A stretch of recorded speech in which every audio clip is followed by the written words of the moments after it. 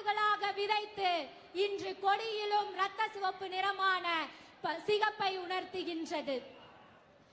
இரண்டு சிவப்பு நிறத்திற்கும் நடுவில் உள்ளது மஞ்சள் நிறம். மக்கள் அரும்பாடுபட்டு கொண்டிருக்கிறார்கள். ஒரு கூட்டம் நடத்துவதற்கு எவ்வளவு சிரமப்படுகிறோம் என்று அண்ணன் பார்த்திபர் அவர்கள் கூறினார்.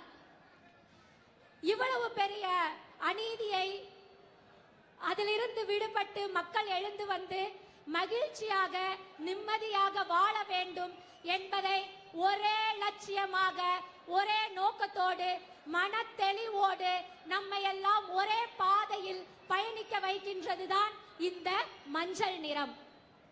இத்தனை புரட்சி செய்தும் வெற்றி பெற்றால் சூடுவது வாகை மலர்.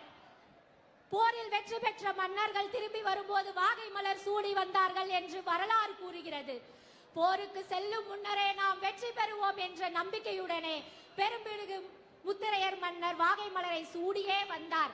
அதே போல 2026 நாம் வெற்றி பெற்று வாகை மலர் சூடுவோம் என்ற நம்பிக்கையோடு வாகை மலரை நாம் கொடியில் பறித்துள்ளோம். அந்த வெற்றியை அடைய நமக்கு பலம் வேண்டும். எப்பேற்பட்ட பலம்? யானை பலம். சாதாரண யானை பலமா? போர்பட யானை பலம். தளபதியின் பின்னால் இருப்பது சாதாரண படையா? தொண்டர்களின் என்பது மிக பெரிய போர்படை.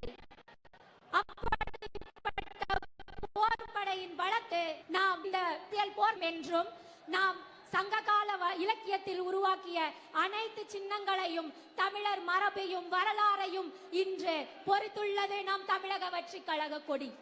தமிழக அரசியல் நிலப்பரப்பில் இதுவரை எந்த ஒரு அரசியல் கட்சியும் தமிழரின் வரலாற்றையும் தமிழரின் மரபையும் தனது கொடியில் பறிக்கவில்லை. தனது கொடியில் பதித்த முதல் கட்சி நமது தமிழக வெற்றி கழகம். வாகை மலர் சூடி வெற்றி பெற்றோம். அடுத்து என்ன செய்யணும்?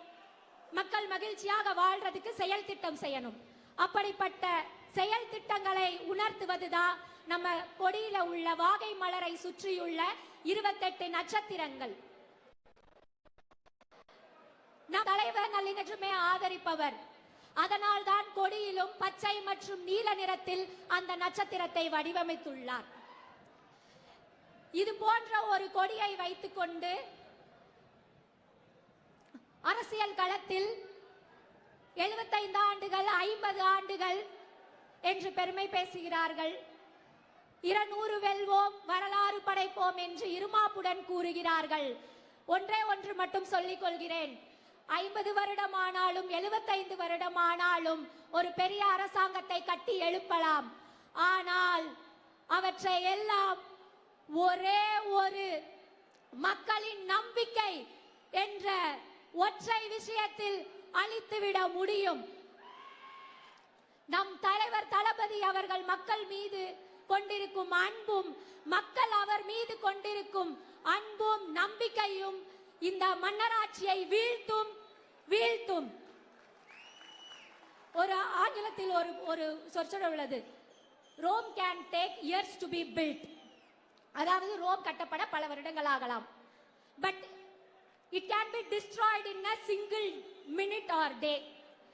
இங்க என்ன சொல்றோம்னா, நீங்க எவ்வளவு உயரத்தில் போனாலும் எவ்வளவு ஆண்டுகள் ஆக்கி இந்த கட்சியை உருவாக்கி இருந்தாலும் 2026 என்னும் தேர்தல் களத்தில் மக்களின் நம்பிக்கையோடு மக்களின் உறுதுணையோடு தமிழக வெற்றி கழக தலைவர் தளபதி உங்களை வீழ்த்துவார், ஆட்சி அறையில் ஏறுவார். இன்று சேலம் எவ்வாறு தமிழக கொடியை ஏந்தி அதிர்கிறதோ அதுபோல செஞ்சார்ஜ் குடையிலும் நம் தெரி நம் பார்ப்பரிப்பு யாரில் என்று கூறி எனக்கு வாய்ப்பளித்தமைக்கும் வாய்மொழி கேட்டமைக்கும் நன்றி கூறி விடைபெறுகிறேன். நன்றி, வணக்கம்.